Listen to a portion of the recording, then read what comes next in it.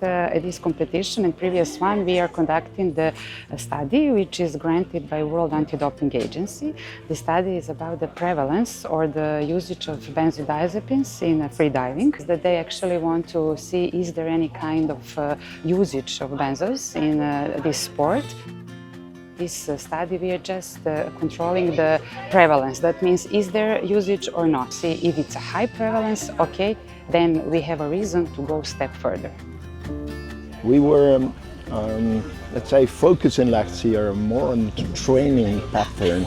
And what we were looking for was the bubble. Actually following the rules of AIDA means that actually if you're training on a day, you can just have one single dive over 50 meters. You can, of course, warm up and so on.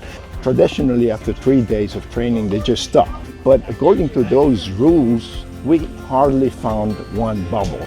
So it means that that way of training is actually not something that can be prone to produce a kind of disease. We wanted to take care now to focus much more on the safety divers.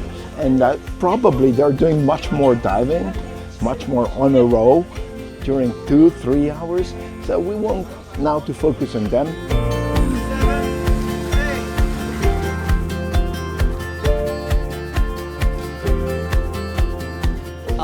The dive itself was much more calm than I expected. I just enjoyed it so much.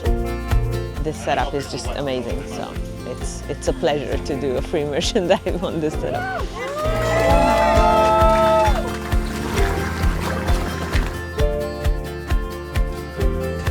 It was a dive I knew I could do, felt super strong. I mean, honestly, the entire experience has been great. The setup here is amazing. If you show up, you get your head right, you continue to dive, and good things can happen.